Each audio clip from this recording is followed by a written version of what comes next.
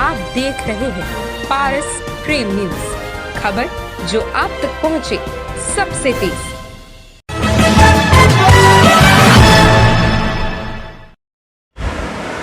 नमस्कार दोस्तों, आप सभी का एक बार फिर से पारस प्रेम न्यूज में बहुत बहुत हार्दिक स्वागत और अभिनंदन।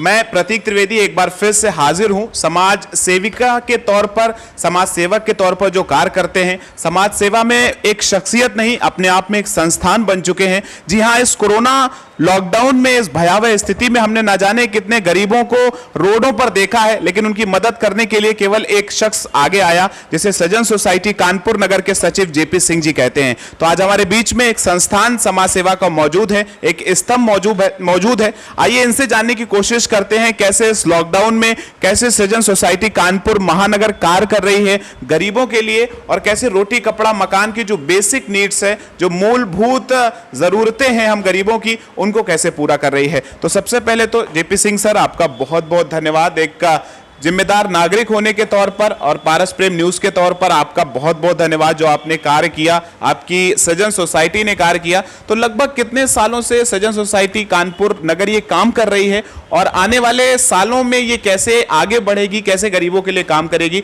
मैं चाहता हूं कि सृजन का सृजन कैसे हुआ, इस पर जरा प्रकाश डालें जेपी जी। धन्यवाद। ऐसा है कि हम 1987 से समाज के प्रति और कुछ ऐसे काम किया करते थे निष्काम भाव से, और ऐसा भी रहा है कि कोई भी कोई काम बताए खुद किया करते थे। कुछ दिनों बाद कुछ ऐसे लोग आते थे तो हम ही को बताया जाता था गांव में कि उनसे मिलो, क्योंकि हमें निष्काम भाव से काम करना हो, कोई संस्था है, कोई विभाग आए, मैं काम किया करता था। तो होते करते 1995 में ये हुआ कि आप एक संस्था का सृजन करें, क्योंकि इतना ज़्यादा काम करते हैं और आपकी कोई संस्था नहीं है। एक अधिकारी सरकारी थे, उन्होंने ही कहा था, और हमने नाम रखा सृजन, क्योंकि जो भी काम करते थे तो कोशिश करते थे कि इसका सृजन होना चाहिए, और रजिस्ट्रेशन हुआ। इसके बाद हम ज़्यादा करके ज़रूरतमंद गरीब लोगों के लिए काम किया करते थे। और आज की स्थिति है कि 3 साल पहले मैं सोचा करता था कि लोग गरीब लोगों को भीख दे देते हैं, भीख वालों को भीख दे देते हैं, लेकिन कुछ ऐसे भी छिट पड़े होते थे रोड किनारे कि वो अगर डाल दो तो नहीं खा पाते थे। तो ऐसा लगता था कि इनके लिए काम करना है, तो हमें कोई स्थान नहीं मिलता था, इतनी सामर्थ्य नहीं थी। लेकिन कुछ ऐसी प्रभु की इच्छा हुई कि हमको पहाड़पुर और चुन्नीगंज मिला।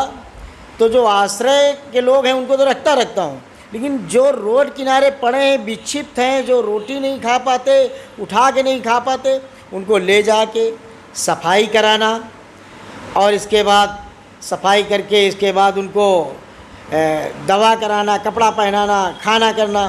तो जो कोरोना के लिए बात की, तो कोरोना में ऐसी स्थिति थी कि कुछ लोग आ भी जाते थे, कहीं दान आन के लिए कुछ करते थे, लेकिन कोरोना में कोई घर से नहीं निकलता था। उस समय भी प्रभु की इच्छा है कि सब अच्छा चला, और कभी भी कोई भी चेक कर ले, अब उनके घर से अच्छा मेरा रहता है। चाहे यहाँ भी है, महिलाओं का है हमारे चुन्नीगंज में, और पहाड़पुर में पुरुषों का है। देख लिया जाए तो एक सामान्य परिवार से अच्छा रहने का और खाने का व्यवस्था रहती है। तो ये सारी चीज़ें कोरोना में भी किया। सब ये लोगों का आशीर्वाद है, बड़ों का, और अपने समकक्ष वालों का स्नेह है।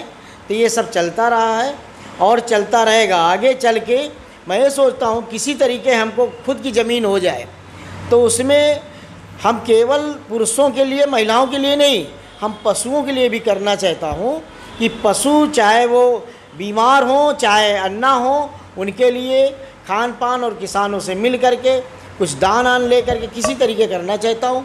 लेकिन एक विशाल सोच है मेरी, और वो जब होना होगा तभी होगा, क्योंकि ये सोच मेरी 15 साल पहले थी, जो कि अभी 3 साल 4 साल से मैं कर रहा हूँ। और आगे ये सोच है मेरी। बिल्कुल बिल्कुल, निश्चित तौर पर जेपी सिंह जी ने पूरा इतिहास बताया सृजन सोसाइटी का, और किस तरीके से लॉकडाउन में चाहे महिलाओं के लिए कार्य हो, चाहे पुरुषों के लिए कार्य हो, चाहे विक्षिप्त दिव्यांगों के लिए कार्य हो, तो सृजन सोसाइटी हमेशा से ही आगे आई है। तो जेपी सिंह सर से और थोड़ी बातचीत करने की कोशिश करते हैं और उनसे जानते हैं कि आने वाले 4 से 5 सालों में सृजन सोसाइटी कानपुर नगर को वो कहां देखते हैं, और आप जो वर्तमान सरकार है वो निश्चित तौर पर अच्छा कार्य कर रही है इस लॉकडाउन में, तो सरकार से क्या उम्मीदें हैं सृजन सोसाइटी को, वो मैं चाहूंगा कि जेपी सिंह जी प्रकाश डालें। जी दादा। धन्यवाद भाई साहब। जो मैं ये कार्य कर रहा हूँ तो ये बिल्डिंग फ्री मिली है और कुछ सहयोग मिल रहा है, लेकिन खाने आने में कम से कम 1 लाख रुपए यहाँ खर्चा होता है, 1 लाख 1.25 लाख रुपए वहाँ खर्चा होता है महीने में, और फिर भी मिलने को 50,000 रुपये यहाँ, 50,000 वहाँ मिलता है। तो ये कहीं में कहीं सहयोग है, कहीं अपने से या और भी संस्था द्वारा जो कार्य हो रहे हैं। मैं ज़्यादा करके नाबार्ड बैंक के द्वारा काम करता हूँ, जो एक बिल्कुल निश्चल संस्थान है, जो बिल्कुल किसानों के लिए काम करती है। तो उसी से कुछ भी कहीं कुछ अंश बचा तो मैं इसी में लगाता हूँ, और आगे चल के अगर हमको जगह मिली तो मैं ये चाहूँगा कि जो यहाँ के पशु हैं और जो भी रोड किनारे विक्षिप्त हैं, रोड किनारे हैं, उनको सबको ले कर के एक अच्छा जीवन देने के लिए प्रयास करूँगा। और प्रयास ये भी है कि ये ऐसे लोग कम से कम हमारे अभी 2 साल में 176 लोग अच्छे हुए, अपना घर का पता बता पाए, उनको पहुंचाया। कुछ लोगों की तिरही हो चुकी थी और इसके बाद जब उन पाए वो तो कहने लगे कि ये ऐसा संस्थान है कि पहले मैं सोच रहा था है नहीं दुनिया में, तो कहीं स्टेशन से लाते हैं, सब जगह से लाते हैं, तो लोगों को लगता नहीं 3 साल हो गए, 4 साल हो गए और नहीं होंगे दुनिया में। तो ये सारी चीज़ें हमको मिलती, वही आत्मसंतुष्टि मिलती है। और बाकी हमको कोशिश करूँगा कि ये कार्य मैं सरकारी कभी नहीं करूँगा, क्योंकि सरकारी में गुणवत्ता नहीं आती है। क्योंकि अगर कोई सरकारी व्यक्ति या कोई समाज सेवी मेरे दोनों संस्थानों को देखना चाहे तो देख सकता है कि उसके घर से ज़्यादा साफ़ होगा, घर से ज़्यादा अच्छा खाना बनता होगा, सारी सुविधाएं होंगी।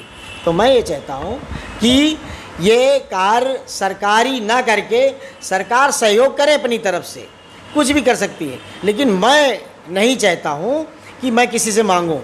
और मेरा संस्थान अभी तक कहीं रसीद मेरी बाहर नहीं जाती, मैं किसी से मांगता नहीं हूँ, बस प्रभु का ध्यान देता हूँ, और जो मेरे यहाँ उनको प्रभु मानता हूँ, तो कुछ में कुछ होता रहता है। क्योंकि जो अच्छा मानेगा करता है, और जो कहने से वो एक फिर आम लोगों के तरीके हो जाता है, तो ये मैं नहीं करना चाहता हूँ। धन्यवाद। बिल्कुल, निश्चित तौर पर अब हम सभी लोग इस साक्षात्कार के अंतिम पड़ाव पर हैं। कहते हैं कि ईश्वर इंसान तो सभी को बना देता है, लेकिन इंसानियत बहुत कम लोगों में डालता है, और शायद सृजन सोसाइटी कानपुर नगर के जो सचिव हैं आदरणीय जेपी सिंह जी, ये उस परिभाषा पर खरे उतरते हैं। बिल्कुल निश्चित तौर पर रोंगटे खड़े कर देने वाली बात कि जिन परिवारों ने अपनों को मरा हुआ मान लिया, उनकी 13वीं हो गई, वो यहाँ पर आए और बहुत स्वस्थ होकर अपने परिवार के पास वापस लौटे, तो उन मुस्कुराहटों की आप केवल कल्पना कर सकते हैं। तो अंतिम पड़ाव पर हैं, तो मैं आदरणीय जेपी सिंह जी से ये अनुरोध करना चाहूँगा कि कैसे हम सृजन सोसाइटी कानपुर नगर के साथ जुड़ सकते हैं। अगर हम भी समाज सेवा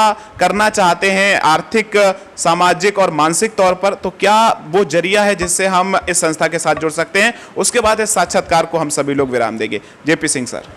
हाँ, ये मैं कहूँगा कि जैसे यहाँ भी थोड़ा सा जो मिलता है तो आम आश्रय सुधार के तरीके हमको देखा जाता है, और देखा जाए तो जब पूरे समय हो जाता है तो मेरी फाइल वापस हो जाती है।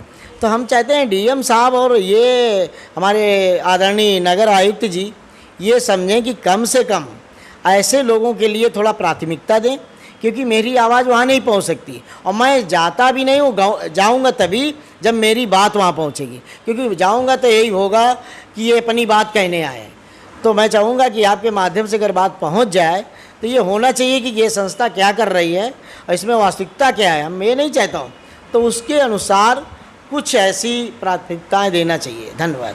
बहुत बहुत धन्यवाद। ये थे सृजन सोसाइटी कानपुर नगर से सचिव आदरणीय जेपी सिंह जी, जो रोटी, कपड़ा और मकान के लिए कार्यरत हैं, हम गरीबों के लिए। तो आप सभी लोग बने रहें पारस प्रेम न्यूज के साथ। मैं प्रतीक त्रिवेदी एक बार फिर से आप सभी का धन्यवाद देता हूं। धन्यवाद।